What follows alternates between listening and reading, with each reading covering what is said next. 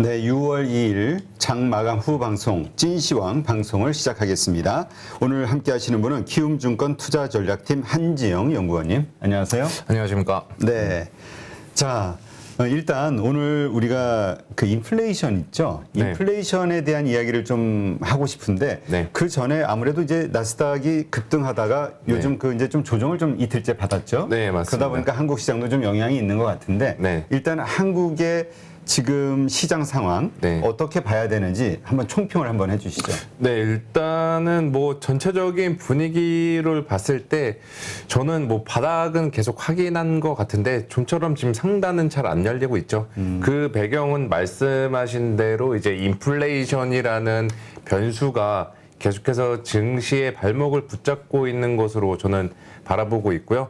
또 오늘 우리나라 증시 같은 경우도 대략 거의 1% 코스피 기준으로 빠졌었는데 이거는 이제 저희 휴일 기간 동안에 미국 증시에서도 계속 인플레이션이라는 불안감, 변수가 계속 미국 증시를 억눌렀던 영향이 우리나라까지 전달됐다라고 보시면 될 것 같아요. 뭐 가장 핵심이었던 거는 저는 이거였던 것 같아요. 저희가 이제 휴일 들어가기 전에 한때 기대를 했었던 게 바이든 대통령이랑 파월 의장이랑 이제 거의 이례적으로 회동을 하고 거기에 했을 때 이들의 회동의 목적이 물가 대응, 인플레이션 대응이니까 뭔가 나오지 않을까라는 혹시나 하는 기대감들이 있었지만 실제로 뚜껑 열어보니까 그냥 별거 없었죠. 저도 그 결과를 보고서 이거 대체 뭐지? 약간 이럴 정도로 실망을 좀 했었는데. 저게 왜냐면 그게 정치적 행위니까. 네, 그렇죠. 결과를 딱 시장에게 보여줘야 되는데. 네네. 그래서 그냥 그들이 했던 거 이거 같아요. 그냥 연준의 독립성을 우리가 인정하고 연준 너네가 인플레이션 통제에 거의 뭐 선봉에 서서 핵심 역할을 맡아라라고 했는데 그동안 저희가 연준의 행동을 지켜보면은 여러모로 실망감들이 많았었고 신뢰들도 연준에 대해서 많이 내려놓은 상태였잖아요. 그렇게 되다 보니까 이번에 회동에서도 별다른 성과가 없었다는 게 전반적으로 미국 증시에 한번 실망감을 안겨줬던 것을 보고 있고요. 그게 우리나라 증시에서도 조금 부정적으로 영향을 미치지 않았나라고 보고 있어요. 뭐 뒤에서도 말씀을 드리겠지만 결국 이제 뭐 내일 시장 흐름 또 다음 주 시장 흐름 이게 아니라 올해 하반기까지 좀 길게 놓고 봤을 때도 우리나라 증시는 좀 박스권의 흐름을 계속 이어가지 않을까 이렇게 보고 있고 앞으로는 뭐 지수로 보기보다는 뭐 흔한 말이지만 공잘 맹잘일 수도 있지만 섹터로 좀 대응을 해 나가야 되는 장세가 아닌가 이렇게 바라보고 있습니다. 네. 그러니까 지금 우리가 하루하루 나스닥 상황에 자꾸 네네. 일희일비하는 것 같은 느낌도 들기도 해요. 저도 그래요. 저도 막 그거 나스닥 오르는 거와 내리는 거에 따라서 기분이 수시로 바뀌고 이런 상황입니다. 네. 네. 그러니까 그러면서도 그 한국 시장이 나스닥을 그대로 따라가지 않을 것이다, 디커플링 될 것이다라는 기대감도 네네. 있다가 또 어쩔 때는 믿고 싶은 거는 나스닥 따라가겠지 하고 그렇죠. 그러니까 네. 원칙이 자꾸 없어지는 것 같아요. 빠질 때는 나스닥 안 따라가고 싶고 나스닥 올라갈 때는 같이 따라가고 싶고 이게 뭐 인지상정인 것 같아요. 그러니까 어떻게 해서든 나에게 유리한 우리 투자자들에게 유리한 호재로만 자꾸 뭔가 네네. 해석하고 싶어하는 생각. 그러니까 이만큼 우리가 지금 시장을 조급하게 보고 있는 거 아닐까? 그렇죠. 이런 생각이 들기도 해요. 힘들고 되게 다들 되게 그래서 짧게 가려고 하는 것 같아요. 방망이를 저희가 짧게 준다라고 하잖아요. 요새 요즘이 유행이죠, 딱 그 말이. 그런 장세 같아요. 단타할 수밖에 없는 장세다 이런 말을 하는데 네. 근데 이제 우리가 근본적으로 한번 점검을 해봐야 될 때인 것 같아요. 네네. 그게 이제까지는 맞았는데 네. 앞으로도 그 말이 맞을 것이냐 아니면 네. 지금 투자 패턴, 투자의 기본을 오히려 또 어떤 분들은 네네. 크게 먹을 준비를 해야 될 때이다 지금 이런 얘기 하시는 분도 있고 그러니까 네. 오래 가져가서 괜찮은 주식 네네. 뭐 어떤 분들은 또 한번 어떤 급락이 있을 수 있을지 모르니 네네. 계속 짧게 가자 의견이 좀 갈리긴 해요. 네, 맞습니다. 요즘에 많이 갈리고 있는 상황이에요. 네네. 어떻게 보세요? 그거에 대해서? 저는 지금 여기서 뭐 급락이 더 이상 급락 같은 저희가 뭐 1월 달에도 맞았었고 3월 달, 4월 달에 맞았었던 이러한 급락은 당분간 조금 없지 않을까라고 보고 있어서 급락 후에 내가 들어가겠다. 이 전략은 한 4분기 이후나 좀 내년도에 좀 고려를 해봐야지 지금은 오히려 그 응축된 힘이 강한 위로 반등의 힘이 강한 종목들을 모아가기에 좋은 시점이 아닌가 저는 이렇게 바라보고 있습니다. 모아간다는 얘기는 지금은 네. 아직은 단타, 그러니까 샀다가 바로 좀 빠르게 파는 것보다는 계속 들고 가자? 네네. 그 몇 가지 저도 그래서 단기적으로 뭐 주도주라고 조금 딱 그 단언하기는 어렵지만 그래도 상당 기간 시세를 줄 수 있을 만한 업종들은 지금 조금씩 데이터상으로는 보이고 있거든요. 그런 것들은 어떻게 보면 포트의 상당 부분 저희가 코어 자산이라고 하죠. 중심에 가져가 놓고 나머지 이제 뭐 대략 뭐 20에서 30% 되는 그 비중 같은 경우는 그 말 그대로 그냥 짧게 가는 것도 이렇게 그 전략이 좋지 않을까 저는 이렇게 바라보고 있습니다. 요즘 뭐 우리 부동산에서 똘똘한 한 채가 중요하다 얘기하는 그렇죠. 네. 핵심 우량주 중심으로 모아가야 된다 이런 얘기 하는데 네네네. 일단 이 부분은 말씀하신 네. 대로 그 좀 잠시 후에 좀 보도록 하고 일단 우리 지난주까지만 해도 나스닥 뭐 이렇게 급등하고 네네. 하면서 인플레이션이 이제 꺾인 거 아니냐 정점을 지나고 있다라는 네네네. 지표들이 보이고 있다. 그렇죠. PC 네. 지수 가지고 이제 그런 기대감을 막 보였죠. 네네네. 그런 지수 가지고. 근데 또 바로 오늘은 또 그 JP 모간 네. 그 CEO의 회장의 말에 의해서 네. 또 반전되는 분위기. 그렇죠. 뭐 허리케인이 다가오고 있다. 뭐 이런 식으로 좀 되게 그 부정적인 이야기를 하니까 시장이 거기 또 급변하게 되더라고요. 그래서 뭐 인플레이션이 결국에는 저도 올해 주식시장의 방향성을 결정하는 저는 핵심 지표라고 보고 있어요. 저희가 흔히 뭐 수출 지표도 있고 또 그 미국의 뭐 제조업 PMI 지수도 있고 매크로상으로 되게 중요한 지표들 되게 많이 보라고 이야기하는데 저는 거기서 딱 하나만 보라고 한다면 인플레이션 지표 이것만 보고 가셔야 된다 이렇게 말씀을 드릴게요. 그 하방이냐 상방이냐는 아직 모르지만 네. 무조건 중요하다. 네, 맞습니다. 아, 그럼 그 얘기는 인플레이션 지표가 잡히지 않는다면 네네. 우리가 어떻게 시장을 바라보고 혹은 어떻게 대처를 해야 됩니까? 일단은 지금 그 인플레이션을 둘러싸고 저희가 넘어야 할 산 두 개는 이거 같아요. 첫 번째는 피크아웃 했냐, 고점을 찍고 내려갔냐. 저는 개인적으로 이거는 했다라고 보고 있어요. 그래요? 네, 4월 지금 5월달 CPI까지 나와 봐야지 좀 더 확신이 들 수 있겠지만 전반적인 가격상으로 봤을 때는 지금 피크아웃을 한 건 맞는데 이제 두 번째 관문이 저는 더 중요하다라고 보고 있어요. 그게 뭐냐? 과연 얼마까지 인플레이션이 내려갈 수 있을까? 이게 연준의 목표로 하는 흔히 말해 2%대까지 물가가 올해 남은 6개월 동안 쭉쭉 내려갈 수 있을까? 아니면은 그거보다 높게 예를 들어 4%나 5%대에 그칠 수 있을까? 이게 저는 올해 증시 방향성을 결정하는 가장 큰 과제이자 저희가 지켜봐야 될 변수라고 저는 생각을 하고 있습니다. 그러면 말씀하신 대로 지켜본다는 거는 우리가 네. 어떤 쪽이든 이제 액션을 취해야 된다는 얘기인데 네네.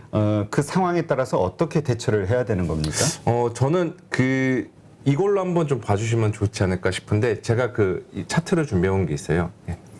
이거 보면서 좀 하나씩 네. 설명을 드린 게 맞을 것 같은데 제가 5월 말에 이제 하반기 전망 자료를 발간을 했고 거기서 이제 제목을 베어마켓 생존 전략이라고 좀 지었는데 그러니까 지금 약세장에 진입한 건 저희는 인정을 해야 됩니다.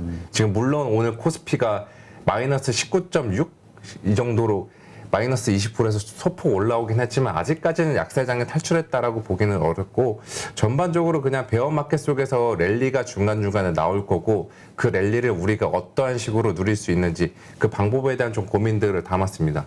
그래서 이거를 잠깐 보여드리면은 제가 하반기 인플레이션이 잘 잡히지 않을 거고 또 하반기도 박스권으로 보는 이유는 이 그림 하나로 좀 설명이 되지 않을까 이렇게 바라보고 있어요.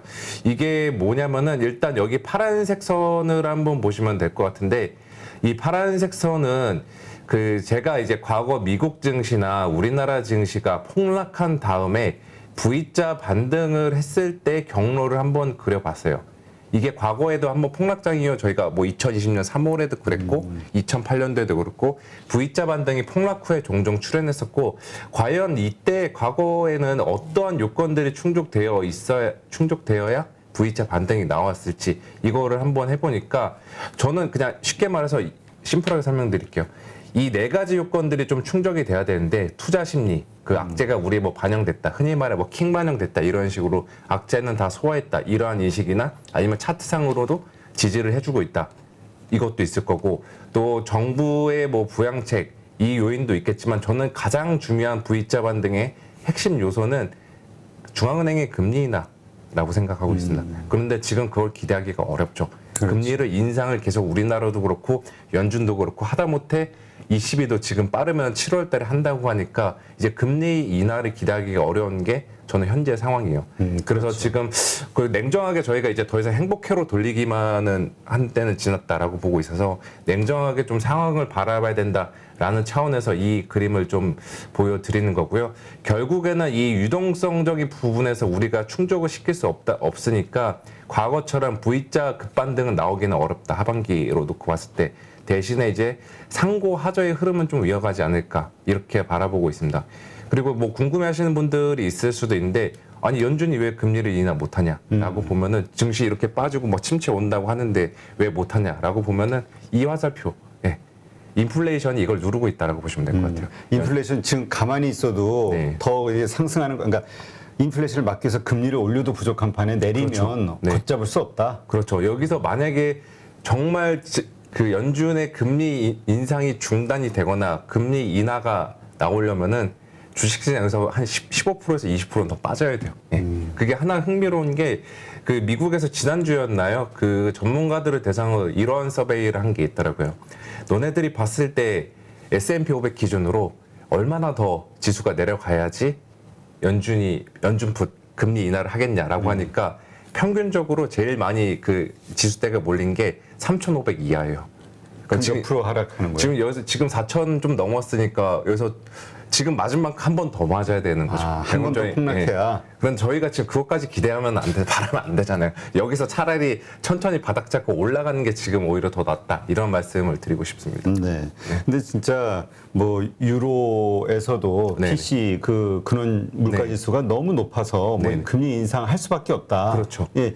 근데 또 이게 다른 면으로 보면 달러 약세의 요소가 또 되니까 이게 또 경제에 좋은 영향을 끼치지 않을까 기대하는 분들도 있긴 하던데요. 예, 그 경제보다 그냥 외환 시장적인 측면에서는 달러와 강세가 진정이 된다라는 거는 하나의 뭐 불안 중의 다행 요인이 아닌가 이렇게 보고 있고 원달러 환율도 뭐 한 5월 중순까지만 해도 1,300원까지 시간 문제다라고 했는데 이제는 1,200원대 이하도 시간 문제다 이런 이야기 급변하잖아요. 그렇죠. 결국에는 이제 그동안의 원달러 환율이 너무나 과도하게 오버슈팅 됐고 지금은 그게 해소되는 과정이고 그런 요인을 제공했다 하나의 배경은 말씀하신 대로 ECB 측에서 상대적으로 이제 금리 인상을 빨리 할 수 있을 것이라는 전망들이 투영되지 않았나 이렇게 바라보고 있습니다. 네. 그러니까 하여튼 지금 6월 FOMC 회의도 이제 가까이 다가왔어요. 네, 맞습니다. 그래서 이제 시장을 불안하게 했던 뭐 75bp 자이언트 스텝이냐 뭐 이런 거는 뭐 네. 그 의사로 그 공개되면서 그냥 50bp, 네, 50bp로 빅스텝으로 끝나는 걸로 이제 안정이 되는데 네네. 문제는 이렇게 되더라도 나오는 5월 CPI라든가 네. 이런 것들만 높았을 경우에 네. 이럴 때가 문제인 거잖아요. 그렇죠. 이것도 한번 보시면 좋을 것 같은데 이게 저희도 이제 지나고 나서야 약간 깨달은 거고 저도 야 이거 내가 왜 이거를 이제서야 좀 보면서 생각을 했는지 드는 차트가 하나 있는데요. 아, 그래요? 네. 그게 시장을 오판하게 만드는 요소까지 되는 거예요? 네, 그랬던 것 같아요. 이거를 한번 보시면 아, 그러면 그 전에 네. 이 지표를 우리 한 연구원이 알기 전에 네. 그러니까 확인하기 전에 네. 가졌던 생각 있잖아요. 네. 근데 이걸 확인하고 바뀌었다는 거잖아요. 바뀐 거보다는 야, 그 우리가 뭐가 달라진 거예요? 맞을만 했구나 약간 그 아. 조정을 받을만 했구나 약간 이런 생각을 했던 거죠. 저도 이제 개인적으로 연준이랑 비슷하게 작년에 물가가 생각보다 빨리 꺾일 줄 알았어요. 그런데 올해 초까지만 해도 그런데 문제가 됐던 거는 러시아의 우크라이나 침공, 중국의 봉쇄 조치 이걸로 인해서 물가가 계속해서 올라가다 보니까 결국에는 인플레이션은 일시적이 아닌 것으로 올해 다들 인정하게 됐고 이게 올해 상반기 내내 증시를 좀 아프게 만들었던 요인으로 볼 수가 있고요. 저는 그래서 이거를 한번 보시면 될 것 같은데 그 아까 제가 V자 반등의 요건에서 연준의 금리 인하를 기대하기가 지금 당장으로는 어렵다라고 보는 것도 여기 이걸로 보시면 될 것 같아요. 이거 잠시만 이거 좀 더 확대해서 보는 게 낫나? 네, 한번 확대해 보죠. 네.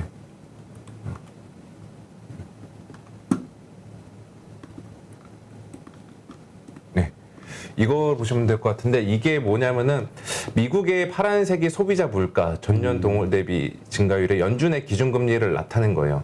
대략 1990년대부터 이거를 보시면은 거의 연준의 기준금리가 미국의 물가보다 높았던 시기가 과거 금융위기 전에는 일반적이었고 금융위기 이후에 양적 완화, 공격적으로 그 금리 인하를 했던 시기에도 그렇게 차이가 많이 벌어지지 않았죠. 이거는 이 당시 때는 인플레이션에 대한 연준의 영향력, 통제력이 생각보다는 이 당시 때는 높았습니다. 그런데 지금을 보시면은 여기가 거의 역대급으로 많이 벌어졌죠. 이들은 역시 이거를 오판했던 거, 파월 의장도 본인이 시인했잖아요.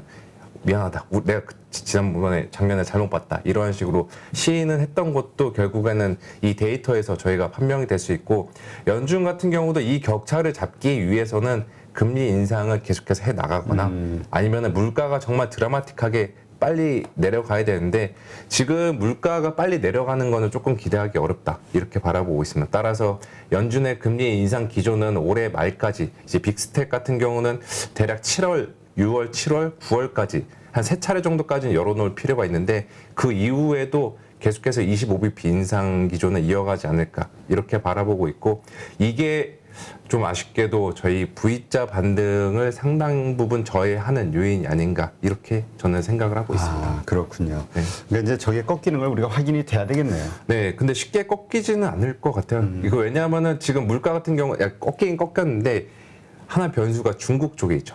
그러니까 네. 이제 중국에서는 오히려 유동성을 공급을 하고 있고, 네. 유동성을 공급하고 있고 봉쇄 조치가 해제되면서 지표들이 다 위로 돌 거예요.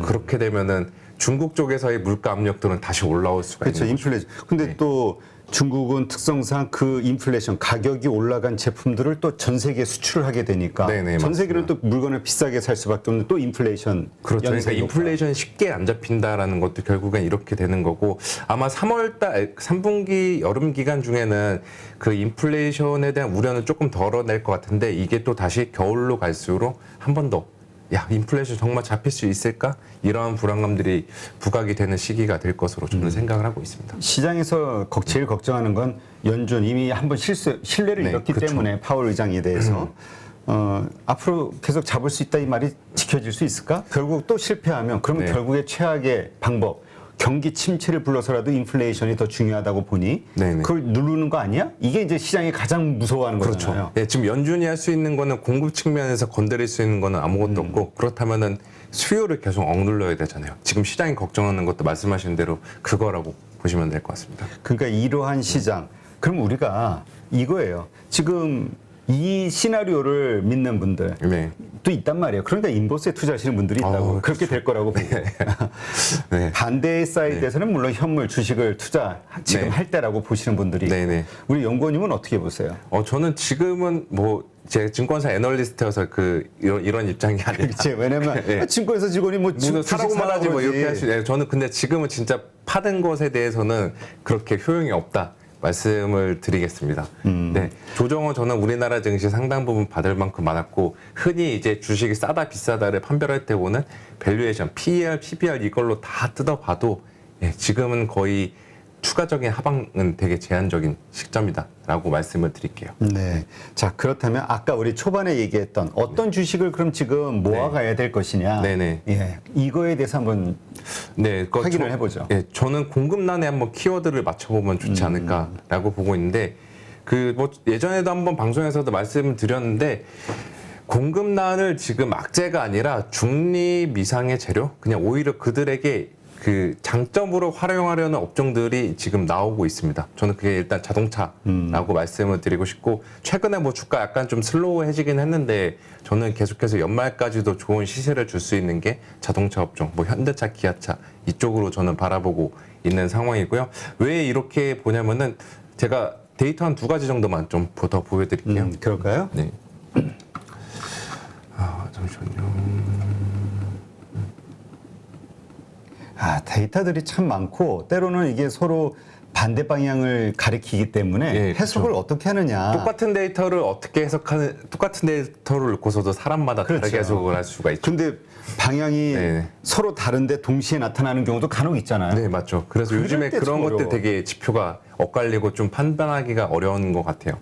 그래서 저는 자동차나 그리고 반도체, 그리고 일단 저는 수출 쪽으로, 그 우량 수출주로 어떻게 보면 당연히 원론적인 말이지만 지금은 정말 그 주식들이 담아야 될 예, 때다. 담아야 될 때다라고 보는 게, 먼저 환율 효과부터 설명을 드릴게요. $1 환율이 지금 1,200원대 거의 40원, 50원대 왔다 갔다 하고 있고, 이 레벨은 저희가 흔히 고환율 레벨이라고 하는데, 이 고환율 효과는 수출업체들한테 지금 생각보다 괜찮게 작용하고 있습니다. 먼저 왜 그러냐면은 $1 환율이 저는 개인적으로 봤을 때 1,200원대 이상이 넘어가는 역사적인 시기에는 항상 우리나라 경기에 뭔가 문제가 있거나 글로벌 경기에 시스템 리스크가 반영이 됐기 때문에 그냥 전 세계적으로 그냥 안전자산에 대한 선호도가 굉장히 높아서 일어났던 일이었는데, 지금의 $1 환율은 저는 그런 상황은 아니라고 보고 있거든요. 그냥 적당히 그 경기 둔화의 우려가 상존하면서도 몇 가지 데이터들, 실제로 나오는 뭐 수출 데이터들, 우리가 어제 확인했었던 5월달 수출 데이터들이나 미국의 ISM 제조업 데이터들을 보면은 아직까지는 견조한 상황이다. 이러한 상황 속에서 고환율은 우리나라 업체들한테 마이너스 요인이 아니라 플러스 요인으로 저는 바라보고 있거든요. 그리고 과거랑 달리 시간이 지날수록 그냥 국내 업체들도, 제조업체들, 수출업체들도 원화 약세, $1 환율 상승에 따른 부정적인 민감도가 갈수록 낮아지고 있어요. 여기를 한번 이 표를 보실게요. 네. 네, 이거 오른쪽 그림을 한번 보시면 될 것 같은데, 이게 뭐냐면은 원화 가치 10% 절하에 따른 영업이익률 변동으로 보시면 되는데, 이게 쉽게 말해 $1 환율이 10% 상승했을 때 영업이익률이 얼마나 변동하는지를 나타낸 겁니다. 그래서 여기 제가 빨간색으로 글씨 표현해드린 이 부분만 보시면은 대부분 다 플러스가 나고 있죠. 환율 상승했을 때. 이게 무슨 말이냐? 원화, 여기 제가 워딩으로도 표현해 드렸는데, 원화가 약세를 보일 때 수입 원재료비 증가에 따른 영업이익률 감소분보다는 지금 시점에서는 오히려 수출액 증가에 따른 영업이익률 개선폭이 더 크다. 이게 저는 우리나라 수출 우량주들 계속 좋게 보는 이유이자 지금 모아가야 된다는 첫 번째 이유이고요.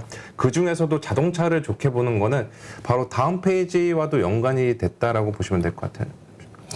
자동차와 관련해서는 정말 많은 분들이 네. 그 작년서부터 하도 예. 당한 좋다 것들이 좋다 많죠. 했는데 예, 당한 것들이 많았는데 뭐 이제는 정말 믿어도 되지 않을까 이렇게 저는 이래 진짜 믿어주세요. 바라보고 있는데요. 이것도 한번 보시면 될 것 같아요. 이게 수출 단가 조정 여력이라고 하는데, 그 우리나라 지금 수출 단가 조정 여력이 2019년도 기준으로 0.5입니다. 이게 0.5가 무슨 말이냐면은 $1 환율이 10% 상승, 원화 가치가 10% 절하됐을 때 수출 가격 5% 인하하면은 그냥 네팅이 된다. 저희 흔히 말해 그 똔똔이라고 하죠. 똔똔이 되는 그 환율 레벨로 보시면 될 것 같아요. 그래서 여기 보시면은 조정 여력이 높은 산업이 지금 뭐 종이, 목재, 인쇄, 1차 금속, 화학, 대략 소재 쪽들이 되게 집중적으로 많이 포진되어 있는데, 저는 자동차 쪽 이쪽을 봐야 되는 게, 지금은 과거랑 특수한 상황이 공급난이죠. 말씀하신 대로 차들 나올 때마다 지금 물량 없어서 못 팔고 있잖아요. 이렇게 됐을 때는 굳이 자동차 업체들이 그 글로벌 시장에 나가서 현대, 토요타나 혹은 이제 BMW, 독삼사 이런 차들과 가격 경쟁력을 위해서 수출 단가를 인하를 안 해도 다 사갈 수 있다라는 거죠. 저는 그래서 이러한 좀 가격 전가적인 측면에서도 그 특히나 자동차 업체들은, 우리나라 자동차주들은 매력이 있다라고 보고 있고, 뭐 최근에 주가가 올라서 다 반영된 거 아니냐라고 좀 반문을 제기할 수 있지만, 저는 아직까지도 룸은 많이 남아 있다, 이렇게 좀 말씀을 드릴게요. 그리고 아까 잠깐 그냥 뉴스상으로 업데이트 드리자면은, 미국 쪽에서 판매 데이터들이 나왔는데, 마이너스로 나오긴 전년 동기 대비 감소하긴 했지만 시장의 예상보다는 선방했고, 또 현대차, 기아차의 합산 점유율 같은 경우도 미국에서 오히려 올라가고 있다. 이러한 점에서 주목해 보시면 좋지 않나. 사실 작년에도 현대차 실적이 좋았잖아요. 그렇죠. 기아도 그렇고. 그래서 이제 사실 자동차주의 상승을 믿었던 이유 중에 하나였는데, 근데 이제 지금 그게 지나고 보니까 자동차 판매 실적이 중요한 건 아니다. 네네. 결국은 내연기관의 실적보다는 이 전기차 부분의 실적, 여기에 대해 집중을 해야 된다라는 이야기가 이제 다시 나온단 말이죠. 네네, 맞습니다.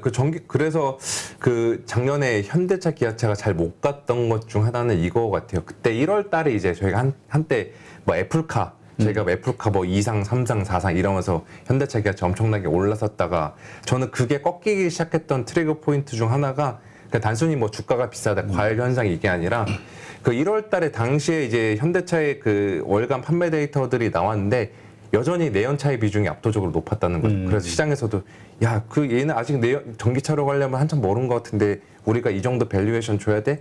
여기에 대한 좀 이야기들이 많이 나오면서 주가가 여러 가지 매크로 불확실성에 빠졌던 건데 저는 1년 전이랑 지금이랑 상황은 좀 많이 달라지지 않았나 이렇게 바라보고 있습니다. 오히려 친환경차 시장 쪽에서도 그 우리나라 업체들이 점유율이 높여가고 있고 판매 비중도 늘려가고 있기 때문에 저는 이제 그 딱 하이브리드된 밸류에이션 받지 않을까. 완전히 전기차 쪽 밸류에이션도 아니고 완전히 내연차 쪽 밸류에이션도 아니고 그 중간에 있는 지점에서 밸류에이션을 좀 리레이팅이 되지 않을까 이렇게 바라보고 그러면 네. 우리가 그러니까 테슬라 같으면 그냥 성장성만 보고 그렇죠? 그냥 네. 전기차 그걸로만 판단하면 좋은데 네네. 이게 내연이 어쨌든 압도적이고 네네. 이 전기차에 대한 기대감만 좀 있는 거죠. 이제 좀 커져간다는 현상. 적정 PER을 몇 배로 보는 거 맞냐? 왜냐면 글로벌리 자동차 회사들의 PER이 안 높잖아요. 내연기관차들. 그렇죠. 500, 테슬라 빼고는 다 뭐 되게 안 높죠. 그렇죠. 500, 600 이렇게 거의 뭐 8배, 10배 이게 다 10배 언더. 그래요? 예, 언더. 그러니까 그렇게 따지면 지금의 현대차, 기아 주가가 그렇게 싼 건 아니란 말이죠. 그렇죠. 근데 이제 실적이 계속 올라가는 구간에서는 이게 성립이 될 수 있다는 거죠. 저는. 네. 그렇다면 그러니까 이 아까 이제 무슨 말씀을 하셨냐면은 전기차와 이 내연기관 그 중간 지점을 찾아서 이제 네. 평가를 하자. 네. 그러니까 결론적으로 PER을 몇 배 정도를 우리가 적정 수준으로 봐야 될까? 그건 되게 사람마다 되게 다를 것 같아요. 이거는 저도 뭐 제가 섹터 애널리스트가 아니어서 정확히 드리기는 조금 어렵지만 저는 지금의 현대차, 기아차가 받고 있는 밸류에이션 PER이든 PBR이든 지금보다 높게 받아도 시장에서도 이제는 인정해 주지 않을까 저는 이렇게 생각하고 있습니다. 그 기준, 그 룸이 상당히 높게 보세요? 아니면은 하여튼 이건 뭐 알 수가 없는 거죠. 네, 그렇죠. 알 수는 없는 건데. 높게 모르겠어요. 그러니까 아주 저평가된 거냐? 네. 아니면 좀 싸? 이 정도냐? 이제 뭐 극단의 저평가는 좀 지났고 그래도 지금 싸고 해볼 만하다. 지금 올해 그래도 하반기만 놓고 봐도 아니면 그냥 3분기 앞으로 3개월 정도만 놓고 봐도 너 어느 종목이 제일 좋을 것 같냐라고 놓고 봤을 때 저는 그래도 이쪽을 가장 추천드리고 싶습니다. 그러면 그 자동차 가운데서도 현대차, 기아, 현대모비스 이제 뭐 삼총사라고 하잖아요. 네네네. 근데 이 완성차 업체에 포인트를 맞출 것이냐 아니면 뭐 만도가 됐든 아니면 현대모비스 워낙 저평가돼 있잖아요. 네네, 모비스 같은 그렇죠. 경우는 네. 어디를 타겟으로 봐야 되느냐 이 부분은 저는 수익성 쪽에서도 이제 기업들 판관비 관리해야 되고 그 영업이익 관리를 해야 돼 수익성 측에서 초점을 맞춰보면은 아직까지는 완성차다. 저는 이렇게 보고 있습니다. 네. 알겠습니다. 일단 이제까지 데이터를 보더라도 완성차가 간 다음에 부품주가 따라가는 거죠? 네, 맞습니다. 근데 요즘에 뭐 그냥 한 여담이 좀 저도 되게 풀리지 않는 의문 중 하나이긴 한데 그 반도체 같은 경우는 지금 소부장들은 계속해서 신고가 가는 애들이 많아지고 있는 분위기 좋은데 그렇죠. 그 전자나 닉스 같은 경우는 주가가 좀처럼 못 가는 것도 둘 중 어디가 잘못됐나 여기에 대해서 저도 좀 고민을 많이 하고 있습니다. 그러니까 원래는 삼성전자하고 하이닉스가 쫙 가고 밑에 소부장이 따라가야 되는데 네, 지금 약간 다른 그림이 나오고 있잖아요. 그래서 이거가 과연 뭐가 잘못됐나? 정말 소부장이 주가가 잘못된 건지 아니면은 삼성전자, 하이닉스 이쪽이 잘못된 건지 좀 고민을 하게 되는데 저는 개인적으로 후자 쪽인 것 같아요. 여기가 너무 주가가 많이 눌려 있는 상태다라고. 그래서 아까 제가 중간에 제 하반기 전망 그림에서 보여드렸다시피 반도체도 일단은 계속 들고 가야 되는 게 맞다라고 저는 생각하고 있습니다. 네, 알겠습니다. 그렇다면 앞으로는 지수 관련된 이 대형주 중심으로 봐야 될까요? 아니면 이제까지처럼 그 중소형주, 소부장 쪽에 집중하는 게 좋을까요? 전 지수보다는 그냥 대형주 내에서도 이렇게 섹터 로테이션을 해야 된다라고 보고 있어요. 대형주 중심으로. 네, 물론 이제 반도체에 가면은 지수가 당연히 날아가는 게 어떻게 보면 당연하긴 한데 그렇게 반도체가 지수를 끌고 올라가는 힘들은 예전만큼 세지는 않을 것 같아요. 네. 그래서 저는 이번에 장을 대처할 때 있어서 이제 섹터로 계속해서 순환매 플레이를 저는 하는 게 좋지 않나 이렇게 바라보고 있습니다. 네. 자, 이제 현재까지의 상황으로 보면 어쨌든 좀 긍정적으로 보시는 것 같아요. 네, 더 이상 이제 나빠질 건 없다라고 저는 생각하고 있습니다. 그 얘기는 이제까지 악재들 다 나온 거 아니냐? 우크라이나 전쟁, 네. 그 다음에 또 인플레이션. 그렇죠. 근데 이제 문제는 요게 악재가 해소되면 호재가 되는 거 아니냐? 이걸 또 기대하는 분들이 있잖아요. 확 튈 거라고. 네, 네, 맞습니다. 그거는 동의를 하세요? 저는 그건 동의하죠. 그러니까 인플레이션이 생각보다 빨리 잡히면은 지수는 제가 전망했던 것보다 훨씬 더 올라갈 수 있다라고 저는 말씀을 드릴게요. 반대로 이게 안 잡히면은 더 문제가 될 수 있는 거죠. 네. 그런데 저는 아직까지는 정말 뭐 도저히 어떻게 감당 못할 정도로 못 잡힌다, 안 잡힌다 이 정도까지 시나리오는 보고 있지 않다 이렇게 말씀을 드리겠습니다. 네. 그렇다면 우리가 그 현재는 발생하지 않았으나 발생할 수 있는 네. 변수 같은 게 있잖아요. 네. 뭐 중국만 해도 중국의 경기 침체 변수가 얼마 전까지도 계속 얘기가 그렇죠. 됐었으니까 네네. 경제 위기. 네. 어떤 변수들이 있을까요? 그 뭐 시각을 어디까지 두고 다를 수가 있는데 지금 뭐 불안한 변수는 연말로 갈수록 미국을 중심으로 한 경기 이제 냉각 침체 이슈가 한 번 더 다시 지금도 물론 미국 중심으로 반영하고 있기는 논란이 되고 있긴 한데 다시 한번 뒤로 갈수록 정말 침체가 오는 거 아닌가 이러한 리스크가 있을 거고 아니면 잠깐 말씀드렸다시피 인플레이션이 너무 안 잡히는 거.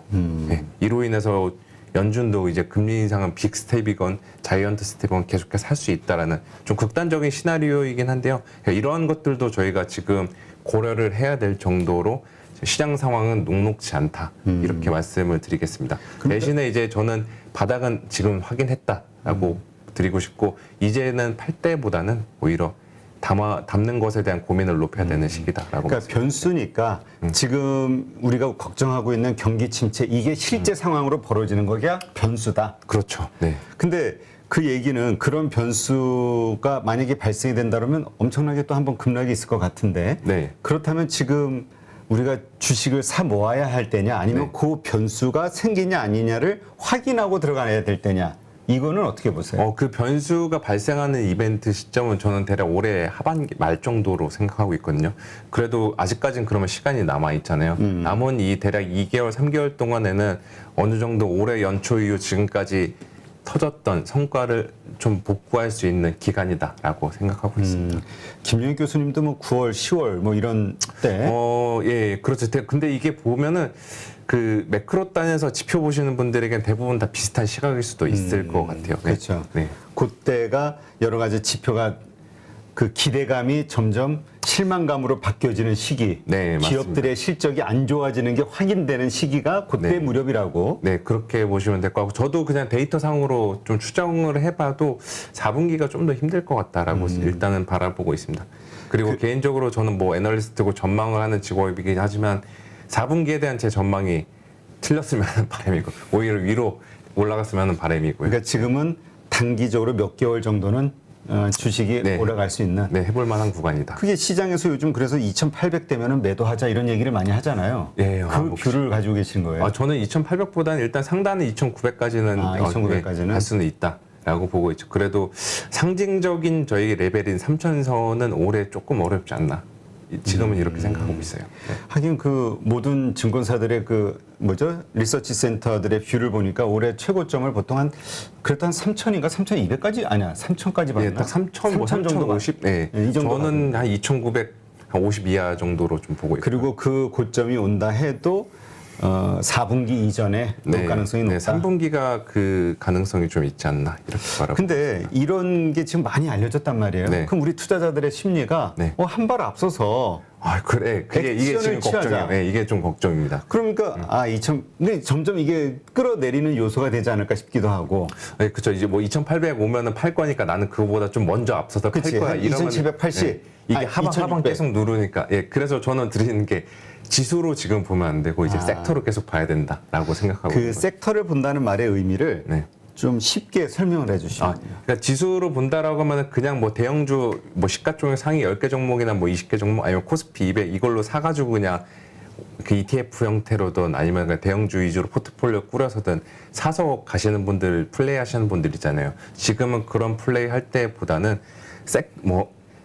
그 아까 말씀드린 제가 뭐 자동차 혹은 반도체 혹은 뭐 철강이 될 수도 있고 아니면 그동안 많이 터졌던 인터넷 쪽 성장주들이 될 수 있는데 어느 정도 본인들이 기대 수익 라인을 설정해 놓고서 대략 뭐 10%가 됐던 15%가 됐던 이거 왔으면 일단은 비중 줄이고 나서 다시 다른 종목들로 갈아탈 준비하고 이런 식으로 플레이하는 게 좋지 않나 이런 말씀을 드리고 있는 겁니다. 그러자면 이제 우리가 그렇게 오를 만한 네네. 그 종목을 잘 찾아야 되잖아요. 그렇죠. 주식을. 이제는 숫자가 정말 나올 수 있는 실적? 예, 종목들로 봐야 되는 거죠. 그래서 요즘에 개인적으로 뭐 이거 말고도 지금 말씀드린 자동차나 반도체 말고도 다시 한번 좀 주의 깊게 보고 있는 게 그 공급난과 비슷하게 이제 콘셉트 관객난 빠져 있는 쪽. 그러니까 리오프닝 쪽에서 엔터 쪽들도 다시 한번 봐도 좋지 않을까. 왜냐하면 계속해서 경제들은 오픈하고 있고 우리나라도 오프라인 콘서트들 많이 하고 있으면은 이것들은 이들 업체들에게 숫자로 계속 찍히는 거거든요. 최근에 한 2, 3개월 정도 조정을 받았었죠. 한 1분기 정도까지는 분위기 좋았다가 뭐 가격 뭐 레벨 부담도 있었고 일본 뭐 스캔들이나 약간 좀 안 좋은 이슈들이 있어가지고 전체적으로 센티멘트가 안 좋아졌었는데 지금은 다시 이제 좀 사볼 만한 구간이 저는 엔터주 이렇게 보고 있습니다. 네, 그렇군요. 자, 우리가 그 투자의 그 아이디어로 네네. 많이들 얘기하는 게 그 주식, 말씀하신 그 섹터 혹은 그 주식을 찾기 위해서 기관이나 외국인이 매수하고 있는 네네. 그런 종목을 좀 주의 깊게 보다가 초기에 같이 따라 들어가자 이런 얘기를 많이 하거든요. 네네네. 이게 유효한 전략입니까? 생각하시기에? 저는 뭐 기관 쪽보다는 저 외국인 쪽들은 한번 그 전략은 유효하다라고 말씀을 드릴게요. 근데 문제는 지금 외국인들이 좀처럼 이제 세게 안 들어오고 있으니까 그 전략을 실행하기가 어려운데 저는 뭐 원달러 환율 지금 고점을 봤다라고 보고 있고 우리나라 지금 실적 그래도 양호하게 잘 나오고 있고 흔히 말하는 밸류에이션 상으로도 외국인들 입장에서도 이제는 계속해서 살 수 있는 구간. 실제로 보시면은 4월 달에 비해서 5월 달에 매도 강도가 약해지고 있고 최근 들어서는 그래도 순매수 중간중간 포착이 되고 있잖아요. 이런 것들을 고려해 봤을 때 6월 달, 7월 달 뭐 이런 기간에도 외국인들 매수세는 한번 조금 더 그 수급 환경은 조금 더 나아지지 않을까 이렇게 바라보고 있습니다. 네, 그렇군요. 지금 그 1조 화요일이죠. 1조 네네. 정도 외국인이 네네. 매수를 했잖아요. 그리고 그 매수의 질적인 면에서도 여러 섹터를 좀 골고루 담았다라는 것 때문에 삼성전자만 집중한 게 아니라 네네네. 그 의미 있는 어떤 매수라고 봤는데 오늘 흐름과 비교했을 때 오늘의 흐름 어떻게 봐야 될까요? 그때는 그냥 그 약간의 기계적인 매수로 들어왔던 것 같아요. 보통 MSCI 같은 경우는 이제 5월 달에 말마다 리밸런싱, 국가 단위로, 지역 단위로 펀드들의 리밸런싱을 하게 되는데 저희가 그동안 뭐 데이터상으로 보면 알겠지만 외국인들이 한국에 대한 비중들을 많이 줄여놨었잖아요. 예, 그러한 과정에서 이들 입장에서도 패시브 성격이 됐던 아니면은 그 MSCI 지수를 추종하는 액티브 펀드의 성격이 됐던 간에 한국 비중을 너무 줄여놨던 거에 대한 좀 기계적으로 채워놓던 과정이 지난 화요일 날 5월 31일 날 리밸런싱 종가에 반영이 되지 않았나라고 보고 있습니다. 그렇군요. 하여튼 뭐 오늘 외국인이 매도한 게 네네. 뭐라 그럴까요? 금액으로 따지면 뭐 그렇게 크진 않아요. 1,000억이 안 되니까. 하지만 기분 나쁜 게 선물을 이렇게 4,700억 이렇게 네, 했다는 맞죠. 게 좀 뭐지? 하방으로 보는 건가? 근데 저는 늘 선물 데이터도 가끔씩 종종 이제 누적으로 체크해보고 하는데 선물 데이터의 외국인의 선물 매매 패턴이랑 우리나라 지수 방향성이랑은 거의 그렇게 유의미한 관계가 잘 나타나지는 않습니다. 아, 그래요? 네. 그건 단순히 그냥 뭐 여러 가지 파생적인 측면에서 현선물 차익거래 성격이 있지 않았나 저는 이렇게 바라보고 있습니다. 그러면 오늘 기관들이 뭐 7,400, 7,500억 가까이 매도한 것도 그냥 프로그램 매도 정도로. 네, 지난 화요일에 있었던 거에 대한 좀 다시 한번 기계적인 작업이 있지 않았나 저는 이렇게 바라보고 있습니다. 네. 하여튼 지금 주식을 들고 있으신 분들 입장에서는 화요일까지만 해도 분위기가 좋다 보니까 낙관론. 네. 이제 괜찮아지나 봐 이랬는데 네. 사실 그렇게 많이 빠진 건 아니지만 투자 심리가 상당히 위축된 것 같아요. 네, 그렇죠. 왜 그럴까요? 이유가? 그만큼 지금 대외 환경이 되게 불안하다 보니까 뭐 지금 지난 화요일 날만 해도 왠지 코스피 뭐 2,800 간 기분이었잖아요. 그렇죠. 심리상으로 어디에서 이제 우리 수익 실현할까 네, 이런 막 얘기들 했는데 네, 그만큼 다들 불안하니까 방망이를 짧게 쥐고 이러한 과정에서 나타나는 일시적인 좀 심리적 불안 현상이 아닌가라고 저는 바라보고 있고요.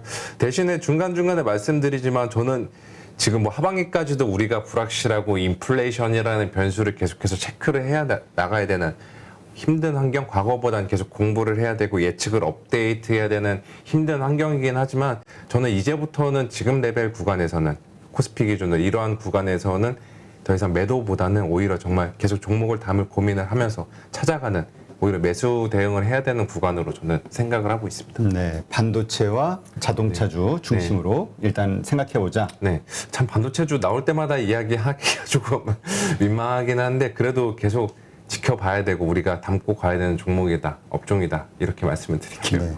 근데 반도체도 이제 그동안 이제 나오시는 분들 얘기하면 네. 보통 이제 소부장 얘기하는데 네. 소부장 종류가 워낙 많아가지고 그렇죠. 워낙 많고, 네, 다 걸려요 그냥. 네, 그렇죠. 그래서 뭘 사야 되는 거야? 막 맨날. 그 소부장 내에서 요즘에 많이 찾고들 계시는 게 이제 공급처 다변화 이런 쪽 소부장 업체들인데 그것도 지금 찾기가 쉽지는 않죠. 그리고 정말 찾았다고 하더라도 가격은 이미 올라갈 만큼 올라간 상태이니까 차라리 지금은 상대적으로 주가의 하방 리스크가 제한적이고 오히려 위쪽으로 룸이 열려 있는 뭐 닉스나 전자 같은 이쪽으로 한번 다시 챙겨보시는 게 닉스? 좋다. 하이닉스? 네, 예. 네. 하이닉스나 삼성전자 오히려 일선 기업을 사는 게 유리할 수 있다. 네, 맞습니다. 그리고 이렇게 고환율 환경이랑 외국인 수급 여건을 고려해 보면은 지금은 이쪽에 그 업체들이 매력이 더 높아지는 시기라고 저는 바라보고 있습니다. 알겠습니다. 하여튼 참 어려워요 시장. 근데 또 뭐 어떤 분들은 이게 이제 한국 본연의 주식시장의 모습이다라고 얘기하시는 분들도 있고, 네, 맞죠. 작년과 재작년은 좀 독특한 시장, 상승적으로. 맞죠. 우리나라 증시가 저도 봤을 때 전 세계 중국이나 미국이나 유럽 이렇게 다 놓고 봐도 한국 증시가 제일 어려운 투자 환경인 것 같아요. 그러니까 여기서 저는 이렇게 해서 버티고 계시고 그 살아남으신 분들은 정말 존경하고 또 다른 증시에서도 그 투자하러 가실 때 훨씬 더 좋은 성과를 낼 수 있지 않을까 이렇게 바라보고 있습니다. 네, 지금 현금 비율, 현금 보유 비율을 한 어느 정도로 가져가는 게 적정하다고 보세요? 전 지금 현금 가지고 계신 분들이 있을까라는 생각이 들기는 한데, 네. 전부 현물로 네, 주식으로 들고 네, 있죠. 저 같은 경우도 현금 투자를 할 때 보면은 이제 저희도 뭐 ETF나 이런 거 투자는 가능하거든요. 애널리스트라도 이런 거 할 때 보면 저도 현금은 잘 못 들고 가겠더라고요. 그러니까 전부 일단 응? 그렇죠. 어느 정도는 계속 뭔가 사야 되고 현금 많이 있으면 이거 이제 소진해야 될 것 같고 이런 그 심적인 압박을 받는 게 저도 마찬가지라고 일단 말씀을 드리고 싶고 지금은 현금 비중 그렇게 높게 가져가지 않으셔도 될 것 같다라고 보고 있습니다. 그냥 지금 주식 오히려 되게 사기 좋은 시기라고 저는 말씀을 드리고 싶고요. 그래서 뭐 10% 미만으로 현금은 가져가시고 나머지는 주식으로 계속 꾸려 나가시는 게 좋지 않나 이렇게 바라고 그러니까 공격적으로 주식을 보유하자. 네, 지금은 팔 때가 아니다. 팔 때가 아니다. 말씀드리겠습니다. 알겠습니다. 네, 하여튼 뭐 동의하시는 분도 있고 그러지 않은 분들도 있을 네, 거예요. 맞습니다. 이 방송 보신 우리 815 모니터 가족분들도. 하여튼 그 결론보다는 왜 이렇게 생각을 하시는지 그 근거에 대해서 자꾸 우리가 집중을 하고 그 근거가 맞는지 틀린지 확인을 하고 네. 그다음에 또 어떻게 나는 결정을 하고 또 앞으로 어떻게 흘러가는지를 이거를 이 전반적으로 다 이렇게 좀 생각해 보셨을 때 네네. 그때 이제 우리의 실력이 커지는 거겠죠. 맞습니다. 시장을 보는 감각도 좀 커지고. 네. 네, 하여튼 요새 제가 평생 해야 될 주식 투자 자꾸 지금 돈 버는 거에만 집중하지 말고 실력을 키우는 시기로 삼자. 네, 이런 맞습니다. 말씀을 드리고 있어서. 네. 네, 알겠습니다. 어려운 때지만 하여튼 잘 우리 실력을 키우는 아주 이런 뭐라 그러지? 거친 폭풍 속에서 네. 뭐 멋진 훌륭한 뱃사공이 튀어나온다 뭐 이런 얘기도 있더라고요. 그렇죠. 그리고 비슷한 것도 있는데 그 아리스토텔레스가 했던 이야기들 중 하나가 이것도 있죠. 우리가 바람의 방향을 바꿀 수는 없지만 돛의 방향을 다르게 바꿀 수는 있다. 네. 이런 식으로 저희가 돌파해 나가면 되지 않을까 이렇게 말씀드립니다. 알겠습니다. 네, 이제까지 키움증권 한지영 연구원과 함께했습니다. 오늘 좋은 인사이트 고맙습니다. 네, 감사합니다.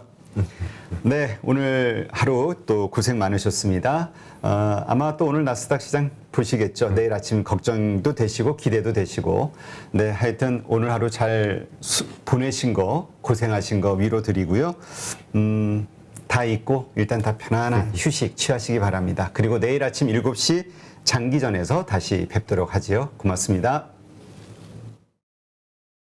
약 4억을 투자해서 한 1억 정도 수익이 나고 주식 선물로 해서 한 1억 정도 수익이 난 계좌입니다. 그래서 저 20년 노하우를 벤치마킹 하는 것이 고수익 가는 길이라 저는 생각하고 있습니다. 네, 이번에 8.15 캠퍼스에서 정말 특별한 교육 프로그램을 준비했습니다. 많은 분들이 고민하시죠. 어디에서 사야 되는지, 그리고 얼마에 팔아야 되는지, 이것을 몰라서 참 많은 돈을 잃는 경우들이 있습니다. 그리고 좋다고 생각해서 샀는데 결국 그 자리가 물리는 경우도 있고요. 그래서 우리 영상에서도 여러 번 소개해드렸던 공매도의 고수시죠. 물론 공매도뿐만이 아니라 일반 매수와 관련된 투자자로서도 상당한 수익을 얻고 계시는 분인데요. 그래서 이번에 김영옥 저자님과 함께 우리 많은 개인 투자자들이 실력을 높이고 어떤 시장 환경에서도 돈을 벌 수 있는 전천후 투자자가 될 수 있는 그러한 기회를 준비했습니다. 안녕하세요, 대표님. 네, 안녕하세요. 잠깐 말씀드렸지만 시장이 상승을 하든 그다음에 하락을 하든 어느 쪽으로든 돈을 벌 수 있는 기술, 기법이라는 거. 네, 이거가 상당히 우리 개인 투자자들에게는 매력적인 포인트가 아닐까 생각이 돼서 이번에 정말 삼고초려해서 모셨는데요. 최근에 성적이 어떠신지 여쭤봐도 될까요? 저는 전업 투자자이기 때문에 그냥 월 단위로 손실 난 달이 거의 없다시피 합니다. 그래서 꾸준하게 수익을 내고 있습니다. 최근에 제가 공매도에 대해서 주간 동화하고 대담을 했는데 거기에 그 계좌 인증을 하라 해서 제가 계좌 인증을 한 계좌가 2개가 있습니다. 그것을 자료로 첨부하겠습니다. 자, 이게 계좌 보면 하나는 CFD 계좌 약 4억을 투자해서 한 1억 정도 수익이 나고 주식 선물로 해서 한 1억 정도 수익이 난 계좌입니다. 아, 네. 그럼 2월 달에만 2억 정도의 수익을 올리셨다. 예, 대표적으로 이제 공매도 자리를 잘 잡으면은 그렇게 수익이 난다는 것을 제가 보여준 거죠. 그래서 정말 시장이 떨어지거나 혹은 상승하거나 양쪽에서 이제 돈을 벌 수 있는 그런 기법을 가지고 계시기 때문에 상당히 특별하다. 저도 그렇게 생각이 되는데요. 공매도와 일반적인 우리 주식 투자 이 양쪽을 다 같이 하는 투자를 하고 계시는 건가요? 지금 현재도? 예, 저는 지금 매수와 매도, 공매도를 다 반반 정도 합니다. 손흥민 축구 선수가 축구를 잘하는 이유가 왼발, 오른발 사용하기 때문에 축구를 잘합니다. 제가 좀 주식의 차트를 잘 보는 이유도 공매도를 오래 했기 때문에 매도 자리가 정확하게 보입니다. 왜냐하면 저는 매도 포지션을 하기 때문에. 반대로 또 매수 자리도 잘 보입니다. 결국 공매도와 매수는 제가 다음에 기회가 되면 설명하겠지만은 밀접한 연관이 있습니다. 그래서 일반 투자자들도 쉽게 배우면은 성률이 한 90% 정도 나올 수 있도록 교육을 할 수 있습니다. 공매도를 활용해서 오히려 사야 되는 자리들을 알 수 있는 거잖아요. 네, 맞습니다. 이러한 것과 관련된 기법들은 어떤 것들이 있나요? 간단하게 4가지 기법을 저도 실제 매매를 해서 이제 검증한 기법인데 강남 나이트 기법이라고 우리 땅은 강남이 최고 좋잖아요. 그렇죠. 차트상에서도 그런 강남 자리가 성률이 한 80%, 90% 나오는 자리가 있고 신고가 자리. 네. 또 하나는 급락에서 턴, 그 다음에 윗꼬리 거래 극강 기법이라고 4가지 기법을 통해서 매수로서는 충분히 개인들이 수익을 낼 수 있습니다. 또 공매도 자리는 2군데, 저점에서 공매도 자리, 고점에서 공매도 자리 2군데만 배우더라도 충분히 개인들도 적용해서 수익을 낼 수가 있습니다. 네. 네. 그런데 많은 분들이 또 오해하실 수 있는 게 공매도에 대해서는 워낙 이미지가 안 좋기 때문에 그러니까 개인 투자자들이 희생을 그 외국인과 기관의 어떤 불공정한 공매도로 인해서 희생을 받는다라고 생각을 하는 피해의식을 가지고 있는 분들도 있거든요. 그러나 이 공매도에 대해서 명확하게 이해를 하고 있다면 공매도를 쳐서 돈을 버는 것도 가능하지만 공매도 치는 자리를 피할 수 있는 안목이 생길 수도 있는 거겠죠? 제가 이제 공매도를 안 하더라도 공매도 치는 자리를 알기만 하더라도 개인들이 매수를 실수 안 하기 때문에 계좌의 수익에 큰 도움이 됩니다. 네. 모든 주식 거래를 코스피 300, 그다음에 코스닥 200, 소위 우량주 중심으로만 한다라고 말씀하셨거든요. 거기에는 뭐 어떤 특별한 이유가 있을까요? 예, 제가 이제 20년 동안 전업 투자하면서 개별 종목, 이제 테마주와 잡주들을 매매하다 보니까 럭비공처럼 어떻게 튈지를 예측을 할 수가 없습니다. 그래서 운에 맡기는 매매를 많이 했다는 거죠. 네. 그래서 우리가 개인 투자자들이 그런 매매를 많이 해서 어떤 경우는 수익 났다가 손실 났다가 그 결과를 알 수가 없기 때문에 손실이 많이 납니다. 따라서 무랑주 위주로 하다 보면은 예측이 가능합니다. 네. 이 차트상에서 상승 차트가 보이고 하락 차트가 보인다는 거죠. 그래서 코스피 300, 코스닥 200, 즉 500 종목 이내에서만 주로 매매를 하기도 하고 교본에 교육할 예정입니다. 수강생들이 등록을 하게 되면 VOD 강의를 들으면서 그 다음에 월 2회 우리 저자님과 실시간 소통을 하면서 배워나가게 되는데 그 기간 몇 개월 정도 배우면은 우리가 그래도 이 교육 과정을 마무리하게 될까요?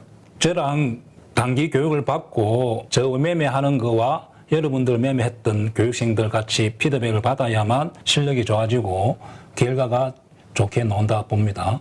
그래서 한 12개월 정도 교육을 마치면은 회원들의 한 90% 정도가 수익을 날 수 있도록 그런 교육생을 제가 만들고 싶습니다. 이 영상을 통해서 우리 8.15 캠퍼스에서 진행하는 김용옥 저자님의 투자 기법을 배우려고 관심을 가지신 분들, 이런 분들에게 마지막으로 한 말씀 하신다면 어떤 말씀이 있을까요?